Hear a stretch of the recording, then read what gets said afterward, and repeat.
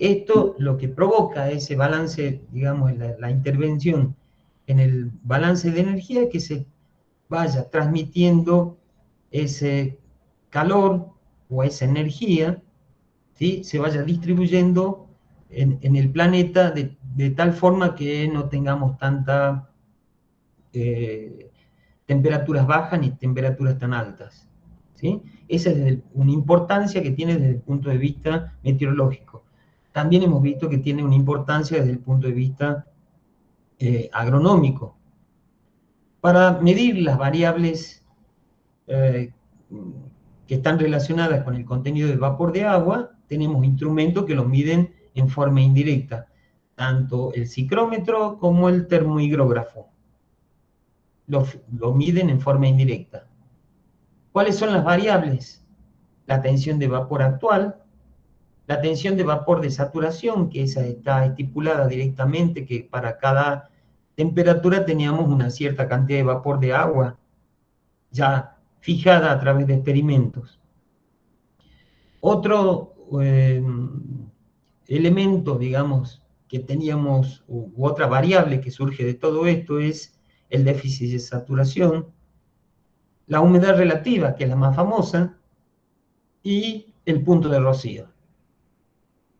Después hemos visto cómo era el asunto de la estabilidad o inestabilidad de la atmósfera con respecto al contenido de vapor de agua que llega a tener la atmósfera y cómo era el ascenso de esas masas de aire y a través de, si lo hacían comparando la estabilidad o la inestabilidad cuando la masa de aire estaba saturada de, aire, de humedad o no. Y que había otras formas de medir la humedad con respecto a la masa que tenía. ¿Está bien hasta ahí? ¿Está más o menos redondeado lo que vimos? Sí, profe. Lo que ustedes van a ver en el trabajo práctico va a ser especialmente las variables relacionadas con la tensión de vapor actual, la tensión de vapor de saturación, el déficit, el punto de rocío. Ahora lo que vamos a ver, un poquito los voy a martirizar con la parte de presión del aire. ¿Sí? Para eso vamos a invocar a uno de los que más trabajó en ese aspecto, y vamos a ver que cuando hablamos de la presión del aire, estamos hablando de uno de los investigadores más importantes. Este tipo lo sucedió a Galileo, si quieren tener idea, Evangelista Torricelli, que descubre que hay que la atmósfera tiene peso. Y ese peso se lo podía medir. ¿Sí? Entonces, a partir de eso, del experimento que hace, donde agarra un tubo de una cierta altura, que es de 1 metro, lo tapa, lo llena de mercurio directamente, lo da vuelta y lo introduce en una cubeta en la cual tenía también mercurio. Entonces él veía que bajaba esa cantidad de mercurio hasta una cierta altura a nivel del mar. Esa altura era de 760 milímetros, en este caso como era mercurio, de mercurio. Ese valorcito obviamente iba variando si el tipo la medía en otro lugar que tenía más altura. Y así, veía que era, o los procesos de tiempo hacían variar un poquito también esta presión. Bueno, a este experimento dio lugar a uno de los instrumentos en los cuales después va a tener más incidencia, digamos, en cuanto a los meteorólogos para determinar eh, cómo van a evolucionar los procesos de tiempo. ¿Sí? Entonces, A la presión atmosférica la definió como la altura el peso de la columna de aire más bien, que se encuentra por encima de una determinada superficie. Llegó a hacer frases medias célebres como decir, estamos inmersos en un mar de aire, directamente, digamos. ¿Por qué? Porque tenía un cierto, la atmósfera veía que tenía un cierto peso. Para hacerlo más simple, ¿se acuerdan cuál es perdón, el nivel de presión a nivel del mar?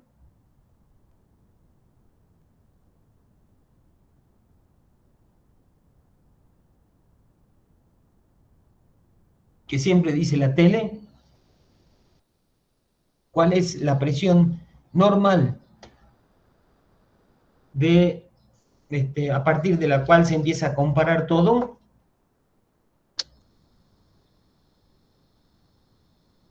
La pueden decir en las unidades que quieran.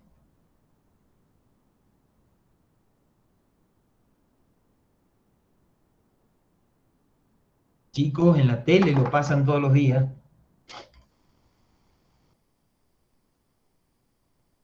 Esto lo vieron en física también. Una atmósfera, dice Maximiliano Garzón, profe. Muy bien, una atmósfera. Que equivalen a...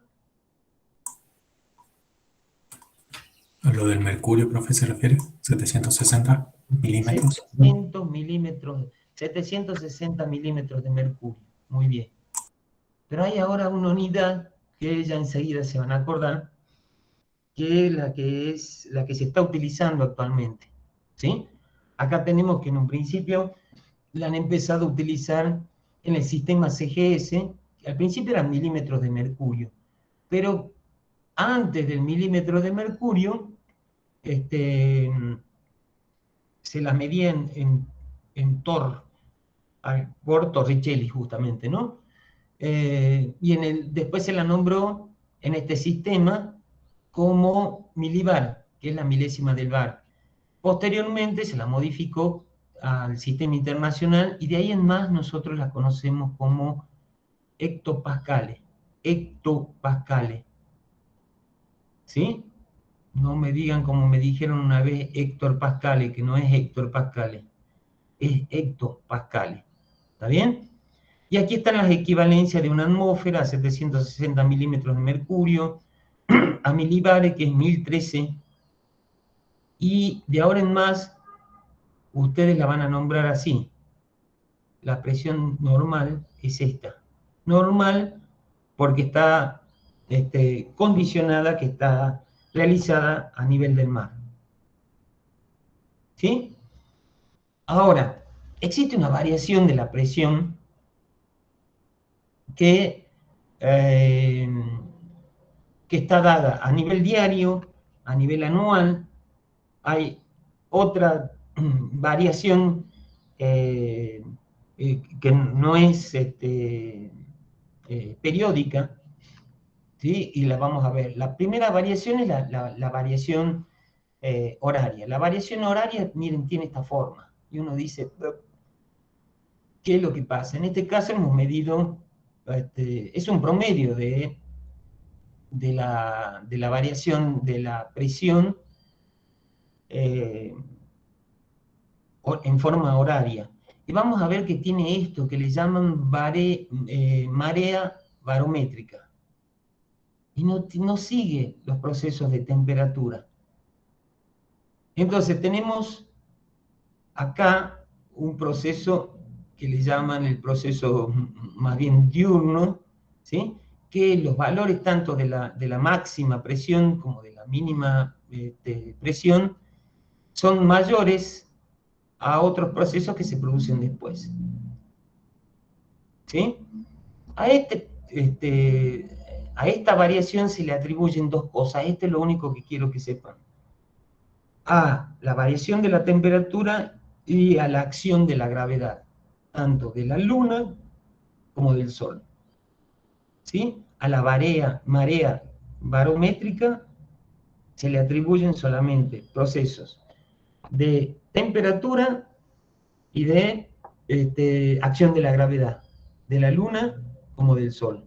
Sin embargo, si vamos a la variación mensual de la presión, ya esto es acá en Jujuy, vamos a ver que tiene esta forma. Mayor presión, ¿sí? Para el mes de julio, o sea, en los meses cuando está más frío. Menor presión cuando tenemos mayor temperatura. Esa es la variación mensual y esto se sigue dando. Este es el valor promedio para Jujuy Aero. Hasta ahí hemos visto dos procesos bastante periódicos que tenemos, porque en cada región del país donde fue diagramada la anterior diapositiva, esta, se comporta de igual manera. En mayor o menor medida esta amplitud varía a medida que aumenta la latitud, nada más. Y acá se da lo mismo en cuanto a las latitudes. Mayor presión cuando las temperaturas son más bajas, menor presión cuando las temperaturas son más altas.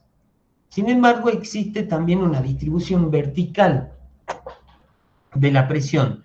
Y en un principio nosotros, viendo esta curva de cómo disminuye la presión a medida que aumentamos la altura, lo que observamos es que hay una variación exponencial, podríamos decir, de la presión respecto a la altura. Va disminuyendo en forma exponencial a medida que aumenta la altura. O como dijo este investigador, Laplace, que la presión atmosférica disminuye en progresión geométrica cuando la altura decrece en progresión aritmética. En este momento ya se utiliza, como le dije hace rato, hay una disminución exponencial de la presión a medida que aumenta la altura. ¿Sí? Tiene una función exponencial esto. Hasta ahí vamos bien, es simplecito nomás. Con respecto a ¿por qué se producía esto? Fundamentalmente porque en la primera capa de la atmósfera se encuentra la mayor cantidad de partículas que van a ejercer peso sobre cualquier cuerpo que se encuentre en ella. Entonces, la mayor cantidad de masa de la atmósfera, el 97% de la masa de la atmósfera, está debajo de los 30 kilómetros de altura. Por eso es el dibujo anterior en donde teníamos una variación con la altura y la mayor presión se daba en la parte más baja. La mayor presión se daba en la parte más baja. ¿Está bien? Mientras vamos en altura, menos densidad de partículas, hasta llegar a un cierto momento en que hay casi nada de partículas en la atmósfera. Existe otra variación que está dada por cómo es la variación latitudinal. Acá tenemos el Ecuador, ¿sí? Y el Polo Sur. Acá tenemos la presión, o sea, la presión en función de las latitudes. Entonces vamos a ver que tenemos una región de baja presión por justamente la cantidad de energía que llega al Ecuador, va a producir bajas presiones, ¿sí? Cantidad de energía, la cantidad de temperatura va a hacer que disminuya la presión.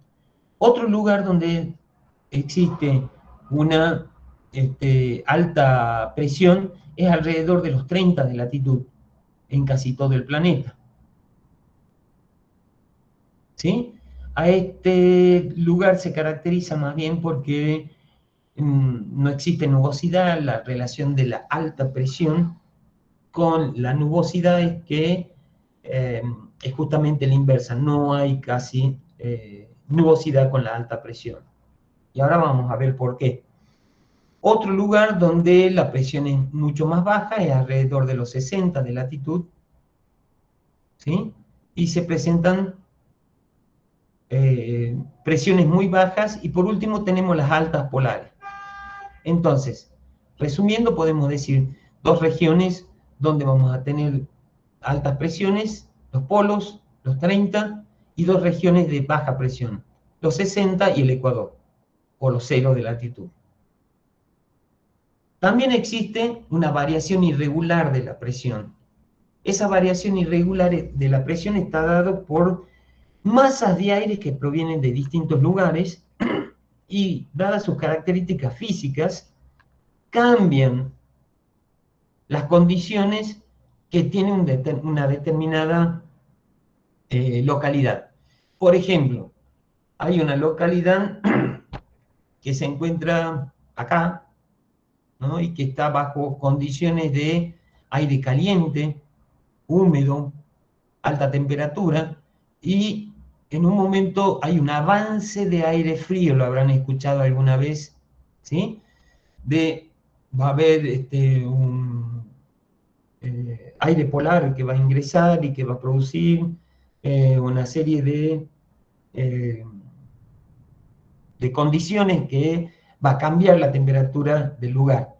Si el avance de esta masa de aire frío tiene preponderancia sobre la masa de aire cálido, lo que va a producir son, primero, condiciones de tormentas, debido a que estas masas en general no se mezclan en principio, sino que se desplazan una a la otra.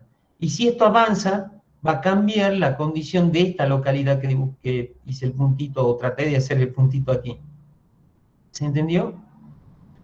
Ahora, si ocurre lo inverso, si la masa de aire cálido tiene más empuje que la masa de aire frío, ¿sí? Va a cambiar esta localidad que estaba en condiciones bajo condiciones frías, ¿sí? Y va a cambiar hacia condiciones de aire más cálido. Cálido, mayor contenido de humedad. ¿Está bien? Entonces, a esto es lo que se denomina variación irregular o aperiódica de la presión. Entonces, tenemos una variación de la presión que es diaria, marea barométrica, otra variación de la presión que es anual, mayor presión en invierno, menor presión en verano, otra variación de la presión que es en altura, que es una disminución exponencial de la presión a medida que aumentamos en altura, otra variación de la presión en forma latitudinal, que va a estar dada por que existen dos altas presiones que están dados, uno a los 30 y otro a los 90 de latitud. Y las menores presiones se dan en el Ecuador y a los 60 de latitud. ¿Está bien? Y las variaciones irregulares. ¿Qué es lo que pasa con las variaciones irregulares? En general, en la región pampeana hay pasajes de masas de aire frío entre 7 a 10 días como promedio. Eso no implica de que pueden pasar cada 20 días, cada 15 días, o pueden pasar cada 2 días. Entonces, eso hace que cambien las condiciones en cuanto a temperatura y humedad, y si cambian las condiciones de temperatura y humedad, también cambian las condiciones de presión, ¿sí? De esa región. ¿Hasta ahí?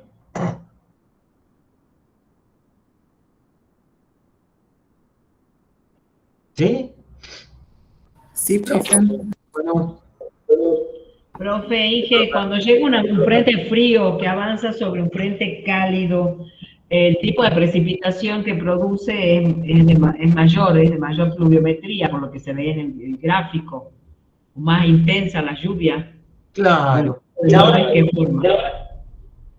Sí, cuando veamos la parte de frente, vamos a ver que los distintos frentes, digamos, que están avanzando, si el avance más importante es el frente frío, tiene una pendiente que es mucho mayor a la pendiente, mucho más pronunciada que la pendiente de avance del aire cálido. Entonces, el aire cálido en general no se va a mezclar nunca con el aire frío. Les denominan frente a la zona de encuentro entre estas dos masas de aire, a la zona de encuentro de estas dos masas de aire, a eso se lo denomina frente. Y como la pendiente en este caso es tan acusada, tan importante, lo que provoca es que se produzcan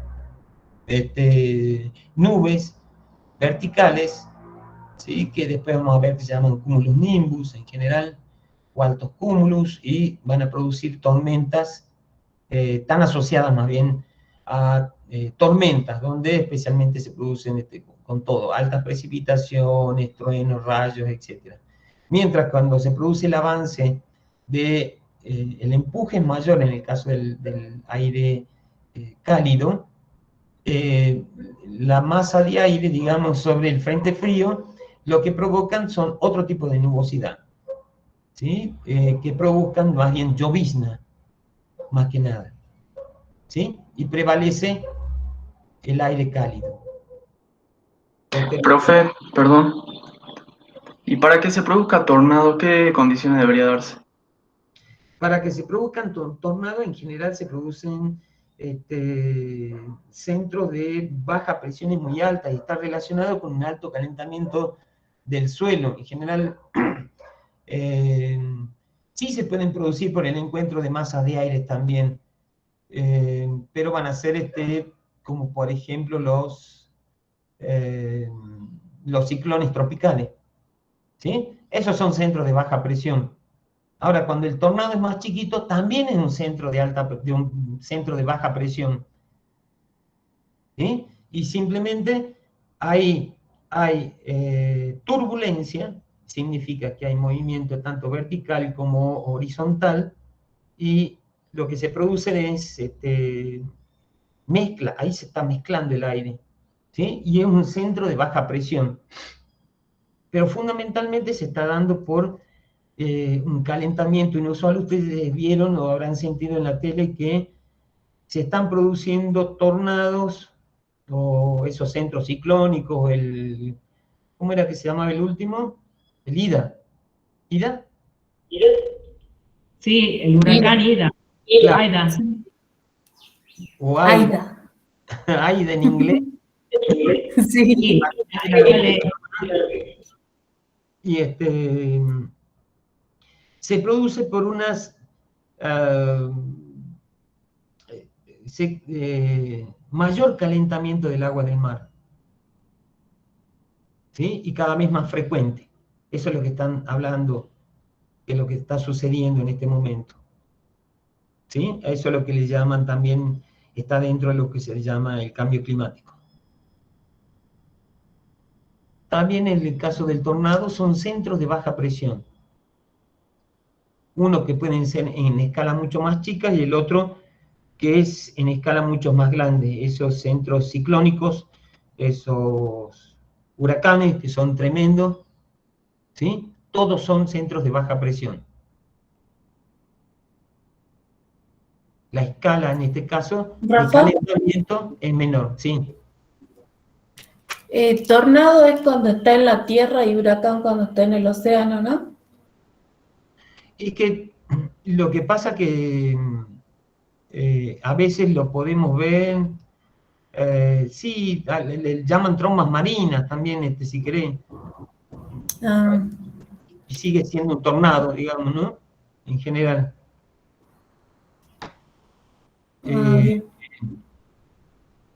Yo sé que en Perico una vez se había producido, así que nos vinieron a visitar, ¿no es cierto? No sé si la televisión o la radio nos preguntaba sobre ese proceso. En general ocurren mucho en La Pampa, por ahí. En el centro del país. Y en Estados Unidos, que hay una región específica donde salen los que cazan los tornados. Sí. ¿Está bien? Sí, profe. Bien. Gracias. Después tenemos que ver esto, desgraciadamente, porque tenemos lo que son las isobaras, que ya la habíamos visto a través del Windy, que son líneas que tienen igual presión. Sí, por supuesto que son líneas imaginarias, ¿no? Porque son líneas que se van midiendo, ya sea con instrumental en superficie o a través en altura, a través del radiosondeo, a través de el envío de globos. Se dibujan esta cantidad de hectopascales, pero a veces pueden ser más o menos, y sirven fundamentalmente para ver la evolución del pronóstico del tiempo. Pero no solamente hacen esto, sino que hacen, con esto por supuesto van a hacer las cartas de tiempo, pero las completan esas cartas del tiempo con lo que se llaman alturas geopotenciales. ¿Qué son las alturas geopotenciales? ¿De qué me habla? El asunto que las alturas geopotenciales son alturas en metro en donde tenemos igual presión. Entonces empiezan a medir y posteriormente, en el caso del Windy, vamos a ver que se parametrizan, o sea, se directamente con los valores en superficie, pueden llegar, y en algunos que tienen en altura, pueden llegar a modelizar cómo se va a comportar esa presión. Entonces, miden a los 1000 hectopascales, no son 1000 metros, son 1000 hectopascales, a los 850 hectopascales y así sucesivamente, ¿sí? Hasta 200 hectopascales. Acá dice 250, pero es hasta menos. Entonces tenemos las isobadas y las alturas geopotenciales o isoipsas. También. Con eso construyen las cartas topográficas del tiempo. Si ustedes hacen un pequeño... A ver, voy a salir de acá. Una pequeña demostración de lo que es con el Windy, van a ver que yo puedo mostrar esas isoipsas. Ven que acá hay una masa de aire, acá hay una baja presión, L está mostrándome una baja presión, ¿sí? A la cual convergen los vientos. Ahora, yo lo pongo más en altura, acá dice superficie, acá al costadito. Voy aumentándolo, ven que dice 100 metros, 950 hectopascales. A ver, vamos a la altura que más o menos estamos nosotros lo más cercano, ojo, 850 hectopascales que equivalen a 1500 metros aproximadamente. Y vamos a ver que la velocidad del viento es distinta. ¿Lo pueden ver? Y aquí están los colores. ¿Lo ven? ¿Se puede ver? Sí, profe. Bueno. ¿Está bien? A esas son alturas en las cuales van a tener, altura en metros en las cuales van a tener la misma presión. 850 milibares.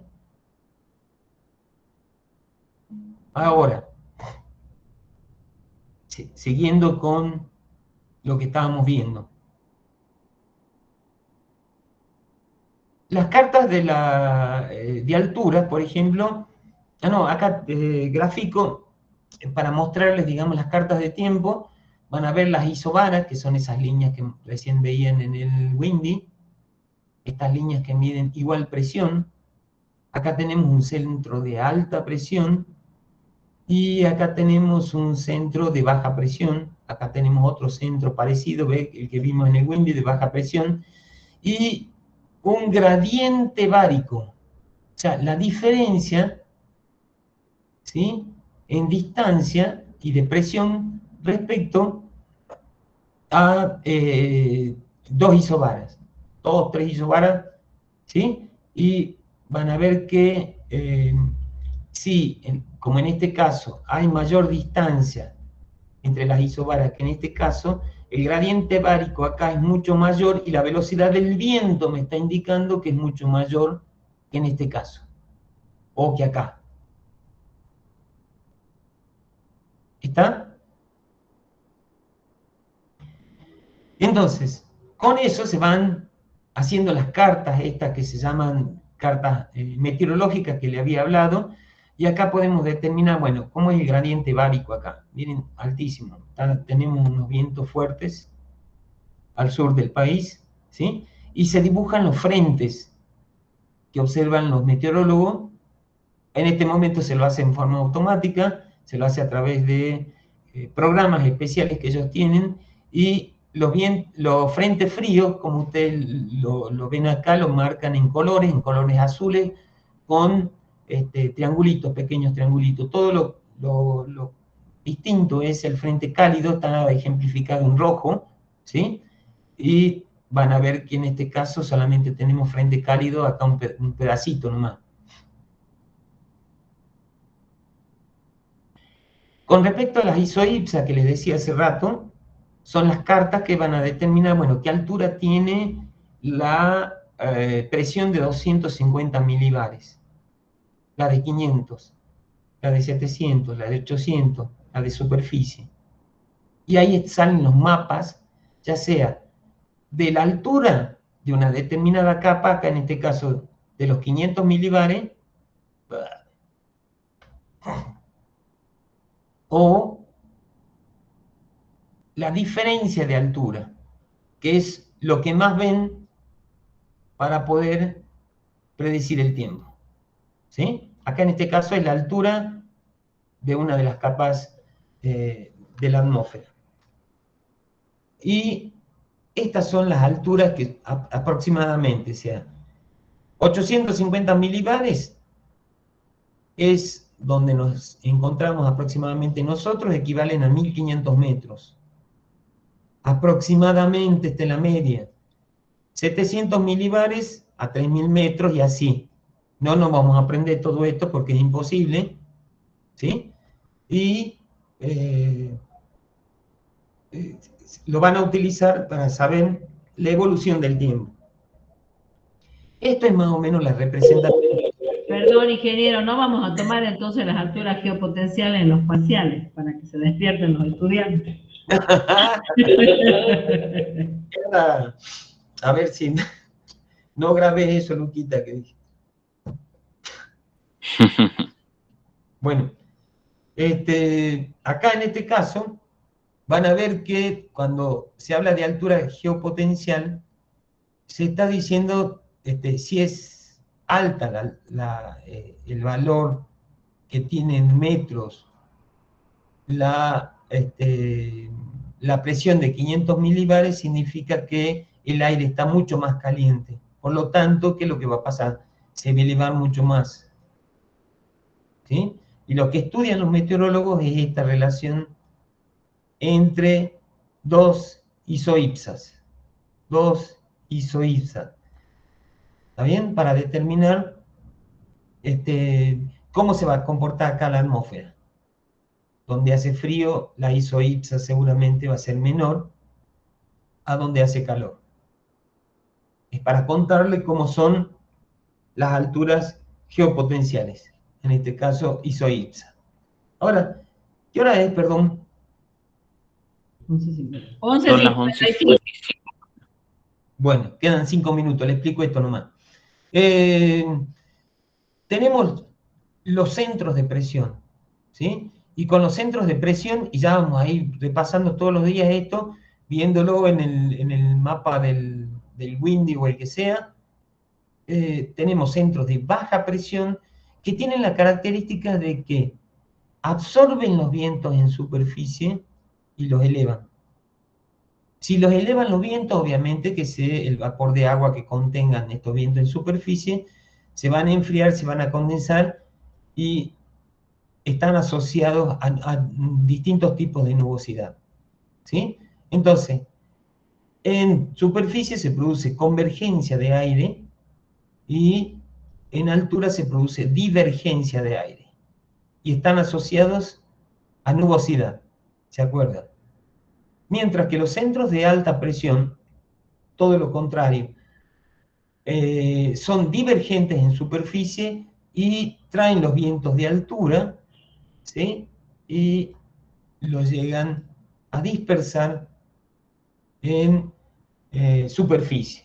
Entonces son sinónimos, y eso entre comillas, cuando por ahí hablan de buen tiempo. Porque buen tiempo ¿para quién? Cuando se trata de la precipitación, por ahí dice no hay mal tiempo. También es mal tiempo ¿para quién, no? Para el que tiene pileta o porque tiene necesidad de que precipite para que la producción le vaya mejor.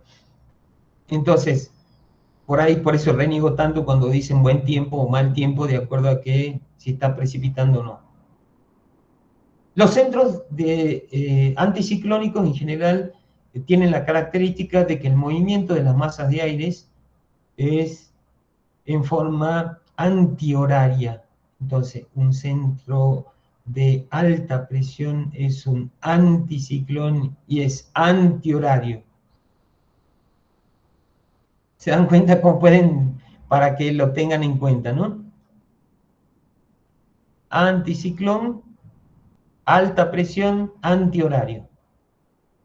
Todo lo contrario, para que se produzca, esto va a favor de las agujas del reloj, en el centro de baja presión, ¿sí? Son los famosos ciclones que van a ser de distintas formas y van a dar lugar a lo que me preguntaron ustedes hace rato, ¿sí? Ya sea desde el tornado, la tromba o el huracán. ¿Está bien? Y van a tener una energía importante en función de la nubosidad que tengan. O en función también a la altura a la cual han llegado esas masas de aire. Así que bueno, no voy a seguir porque seguimos, tengo bastante con respecto a la presión, así que les agradezco, disculpen, por ahí hablo un montón, así que prefiero a veces repetirlo para que me puedan llegar a entender. Y bueno, estamos a disposición de cualquier cosa en las clases de consulta. Gracias, chicos. Buen día, gracias, profe. No, por nada. Ya está Luquita para